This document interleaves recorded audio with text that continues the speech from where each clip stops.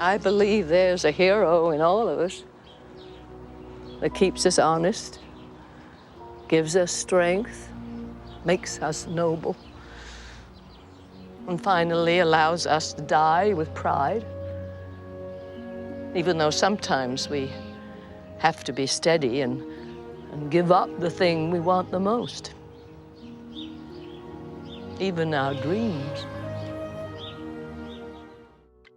For as long as I can remember, the Raimi Spider-Man films have been a big part of my miserable life. Each one living rent-free in my head. Each one having a special place in my heart. Even Spider-Man 3. You serious? Yeah. I had the same exact feeling after watching every single one of them for the first time. Pure happiness. I'll never forget the first Spider-Man and scenes like Peter testing out his webs, or the human spider wrestling Bonesaw in a cage, or the upside-down kiss. Nice. Or Spider-Man fighting the Green Goblin. I'll never forget Spider-Man 2, and scenes like Doc Ock's arms killing everyone in sight, or Peter Parker walking with newfound confidence, or Aunt May's speech, or Spider-Man battling Doc Ock on top of a New York City train, which still brings tears to my eyes. I'll never forget Spider-Man 3, and scenes like Peter fighting Harry as the new Goblin, or the symbiote consuming Eddie. Younger Chris was in awe after watching all of these movies, but if you asked him what his least favorite of the three was back then, he'd say Spider-Man 2. If you ask current Chris what his favorite Spider-Man film is, or even what his favorite superhero film of all time is, he'd say Spider-Man 2. So what happened? What changed? It is impossible for me and most people not to absolutely adore the first film. Finally seeing Spider-Man on the big screen and watching him swing through New York is a feeling that no one will ever forget. Hindsight is 2020, of course, but after coming out of the movie theater watching Spider-Man 3, I was elated. I just saw some dope action sequences, Peter dancing in the middle of the city, Black Suit Spider-Man, and Venom for the first time. There was a bunch of stuff in this movie that entertained the shit out of young Chris. I was beyond satisfied watching so much stuff.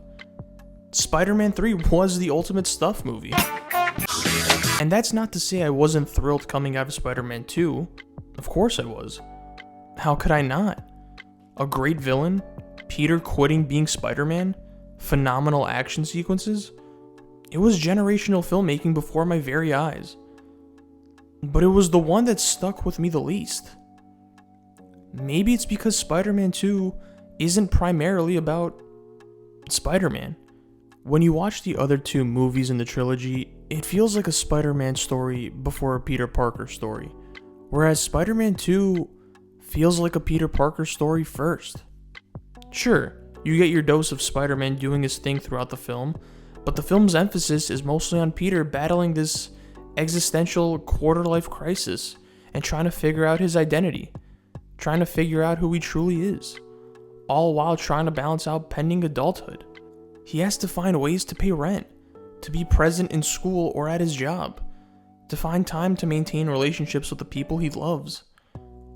All of this on top of being Spider-Man and saving the people of New York. Finding out who you are requires so much time in life, and in this film, Peter has none of it.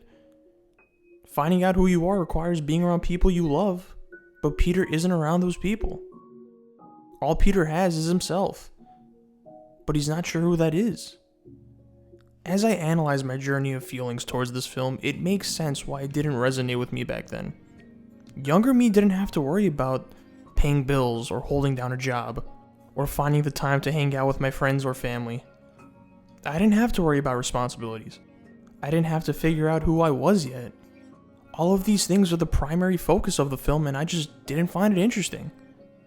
Because I didn't understand. All I wanted to watch was Spider-Man be Spider-Man. Battle his enemies, swing through New York, and as a youngin', that was okay.